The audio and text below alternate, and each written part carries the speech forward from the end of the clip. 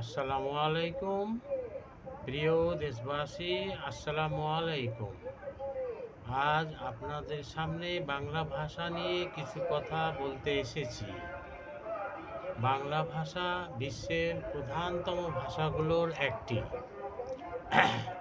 যদিও বলা হয়ে থাকে 7,000-এর অধিক ভাষা আছে,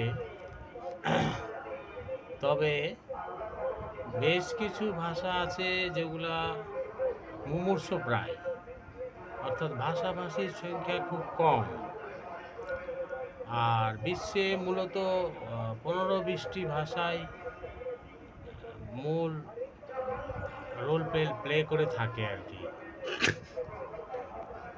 যেমন হাজার হাজার ভাষা থাকলেও দেখা যায় 1 থেকে 10-এর মধ্যেই বাংলা ভাষা চলে আসে, অর্থাৎ বিশ্বে প্রায় 30 কোটি মানুষ এই ভাষায় কথা বলে।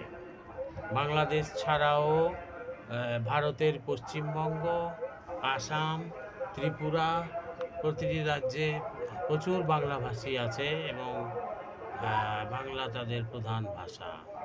এর বাইরেও কর্ণাটক এবং আরও বেশ কয়েকটি রাজ্যে বাংলা ভাষা দ্বিতীয় ভাষার মর্যাদা লাভ করেছে। বাংলা ভাষা একটা প্রাচীন ভাষাই বলা চলে, তার কারণ এর বয়স 1000 বছরের অধিক। এই ভাষার উৎপত্তি ইন্দো ইউরোপীয় একটা বিবর্তনের মাধ্যমে হয়েছে। যেমন ইন্দো ইউরোপীয় ভাষা থেকে প্রথমত ইন্দো ইরানীয় ভাষা, তারপর ভারতীয় আর্য ভাষা, তারপর প্রাকৃত ভাষা, অপভ্রংশ এবং বাংলা ভাষা।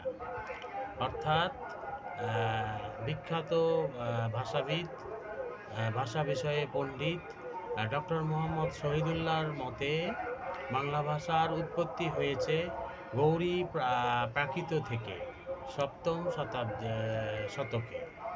অন্যদিকে আরেক ভাষা গবেষক ডক্টর সুনীতি কুমারের মতে এই ভাষার উৎপত্তি হয়েছে মাগধী প্রাকৃত থেকে 10ম শতকে। যাই হোক, বাংলা ভাষার প্রাচীন নিদর্শন হিসাবে পাওয়া যায় চর্যাপদ গ্রন্থ, যে গ্রন্থটি হরপ্রসাদ শাস্ত্রী নেপালের রাজদরবারের গ্রন্থাগার থেকে আবিষ্কার করেছিলেন। মূলত এই চর্যাপদ হচ্ছে বৌদ্ধ সাধকদের গানের সংকলন।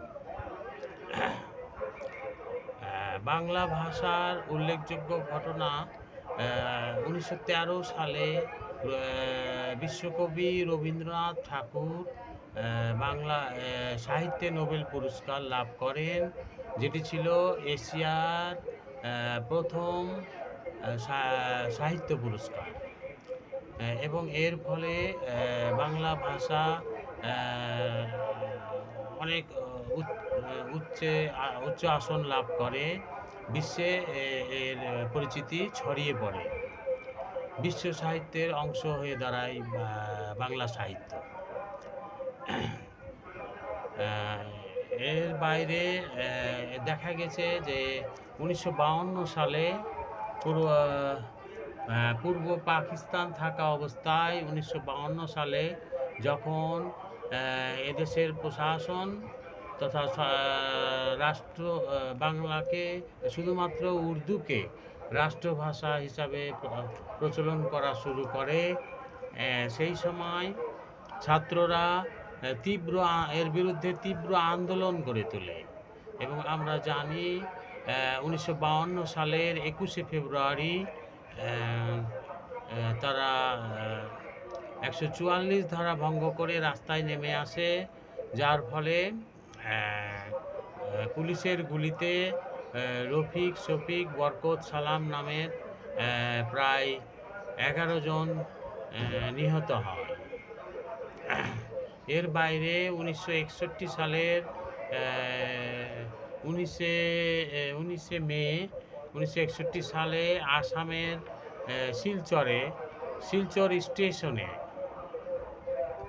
বাংলা ভাষাকে নিয়ে একটি আন্দোলন হয়।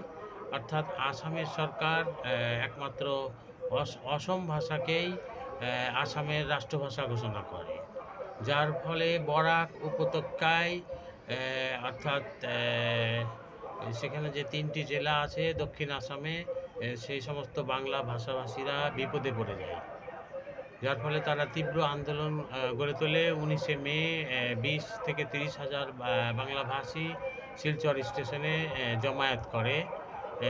পরবর্তীতে সেখানেও পুলিশের গুলিতে প্রায় 11 জন নিহত হন,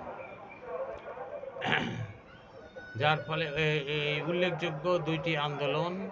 এর বাইরেও আমরা আরেকটি ভাষা আন্দোলন সম্পর্কে আমরা কিছুটা জানি, সেটা হলো 1950 সালের দিকে হয়েছিল পশ্চিমবঙ্গে। অর্থাৎ এই সফল 3টা আন্দোলনের কথা আমরা জানি।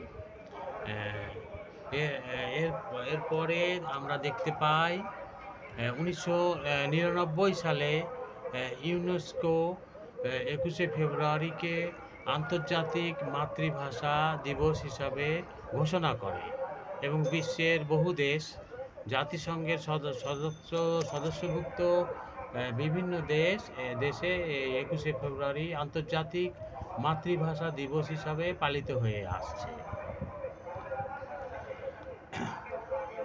এরপরে আমরা দেখছি যে বৃহত্তম ভাষা হিসাবে বাংলা ভাষার স্থান 5ম বা 6ষ্ঠ, কেউ কেউ 7ম বলে থাকেন। বাংলাকে বলা হয়ে থাকে পৃথিবীর 4র্থ মাতৃভাষা। কাজেই হাজার হাজার ভাষা থাকলেও পৃথিবীর প্রধান ভাষা সম্পর্কে যখন বলা হয় 1 থেকে 10টি ভাষার কথা, তার মধ্যে এই ভারত উপমহাদেশের 2টি ভাষার কথা চলে আসে। একটা হলো হিন্দি আর একটা হলো বাংলা। আর এর বাইরে আমরা দেখছি যে বিভিন্ন বহু স্বনামধন্য লেখক, কবি, সাহিত্যিক বাংলা ভাষাকে সমৃদ্ধ করেছেন, যাদের মধ্যে উল্লেখযোগ্য হলো বিশ্বকবি রবীন্দ্রনাথ ঠাকুর, কাজী নজরুল ইসলাম, মাইকেল মধুসূদন দত্ত, শরৎচন্দ্র চট্টোপাধ্যায়, মানিক বন্দ্যোপাধ্যায়, সুকান্ত ভট্টাচার্য, জীবনানন্দ দাশ প্রমুখ। এইসব বিচারে পরবর্তীতে আমরা দেখেছি যে বাংলা ভাষার মিডিয়া অর্থাৎ প্রচার মাধ্যম, রেডিও, টেলিভিশন, বর্তমানে অনলাইন, এসবের কলেবর অত্যন্ত বৃদ্ধি পেয়েছে আগের চেয়ে। বিশ্বের বিভিন্ন দেশে এখন বাংলা চ্যানেল খোলা হয়েছে, বাংলা টিভি খোলা হয়েছে। আর ভারত ছাড়াও দেখা গেছে যে সিয়েরা লিওন বাংলা ভাষাকে তাদের অফিসিয়াল ভাষা হিসাবে গ্রহণ করেছে।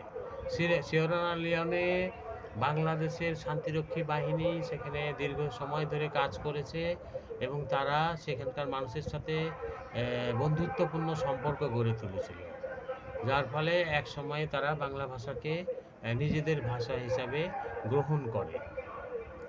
উপমহাদেশের বাইরে আফ্রিকা মহাদেশে বাংলা ভাষার এই পদচারণ আমাদেরকে পুলকিত করে তোলে। সুতরাং আমরা দেখতে পাচ্ছি যে বাংলা ভাষা বিশ্বের প্রধান ভাষাগুলোর মধ্যে একটি ভাষা, যেটা এবং এর সাহিত্য অত্যন্ত সমৃদ্ধ। এবং বাংলা ভাষার বর্ণমালা সম্পর্কেও বলা যায় যে এখানে অনেকগুলো স্বরধ্বনি আছে, ব্যঞ্জনধ্বনি আছে, সব মিলে দেখা যায় অন্যান্য ভাষায় আমরা কিন্তু এত ধ্বনি খুঁজে পাই না। এদিকে ধ্বনিগত দিক থেকেও বাংলা ভাষা খুব সমৃদ্ধ, অর্থাৎ বাংলা ভাষার এই বৈচিত্র্য ধ্বনি থাকার ফলে বাংলা ভাষাভাষী যে কোনো লোক অন্যান্য ভাষা শিখতে তাদের খুব সহজ হয়। এটিও একটি উল্লেখযোগ্য ঘটনা। এবং বাংলা ভাষার বর্ণ বিন্যাসটাও হলো বৈজ্ঞানিক পদ্ধতিতেই করা হয়েছে। সব মিলিয়ে আমরা দেখতে পাই বাংলা ভাষা বর্তমান বিশ্বের অন্যতম প্রধান ভাষা, আপনাদেরকে অসংখ্য ধন্যবাদ জানিয়ে আজকের ভিডিওটি এখানেই শেষ করছি।